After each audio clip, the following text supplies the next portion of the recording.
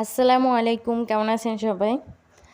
আজকের আবারও আমাদের সামনের পুকুরে মাছ ধরা হইতেছে। আজকের জালটা একটু বড় জাল, মানে 4-5 জনে মিলে ধরবে। কারণ এই পুকুরে পানি কমে গেছে, যার কারণে এই পুকুরের মাছ ধরে নিয়ে পিছনের পুকুরগুলোয় ফেলানো হবে বা অন্যান্য যে পুকুর আছে ওইগুলোয় ফেলানো হবে। কারণ এই পুকুরের মাছগুলো বড় হইতেছিল না, ফালাইছে 2 বছরের মতো হয়েছে, কিন্তু মাছগুলো বেশি বড় হয় নাই, ছোট ছোট। তাই আজকের মাছ ধরার জন্য সবাই নেমে গেছে। আমার চাচা শ্বশুর আছে, আমার হাজব্যান্ড আছে, তারপর আমার ছোট দেওর আছে, চাচাতো দেওর, আরও লোক ছিল। সবাই মিলে মাছ ধরতে নামছে।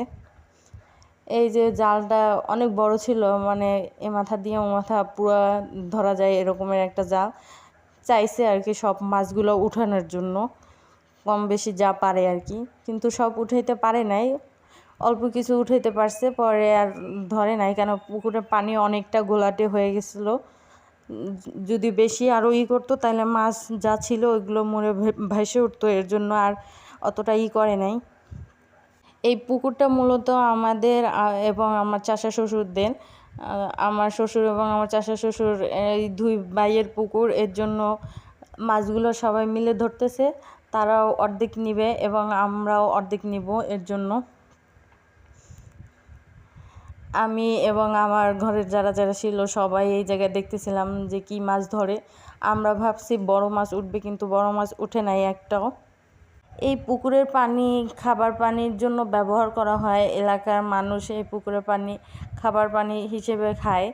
এর জন্য এই পুকুরে মাছের খাবার দেওয়া হয় না, যার কারণে মাছগুলো খুবই একদম বড় হয় নাই, একদম ছোট ছোট। এর জন্য ধরে ফেলতেছে। এই যে জাল টাইনা একদম পাশে নিয়ে আসতে, মাছগুলো অত বেশি নাই, কিন্তু যা ছিল তাও ধরতে পারে নাই। পানি সবাই মিলে নামছে ঠিকই, কিন্তু অত বেশি ধরতে পারে নাই। যা পারছে 3-4 বার টান দিছিল, 3-4 বার টানার পরে যা উঠছে ওইগুলাই করছে। ওই যে ছোট ছোট মাছ লাফাইতেছিল। এটা তেমন কোনো মাছ নাই, তেলাপিয়া আছে, পাঙ্গাস আছে, তারপরে যাইয়া রুই মাছ ছিল। এই যে পানি দিয়ে পাতিল বালতি এগুলো ভরে রাখছে, মাছগুলো আইনে এইটা ঢালা হয়েছে।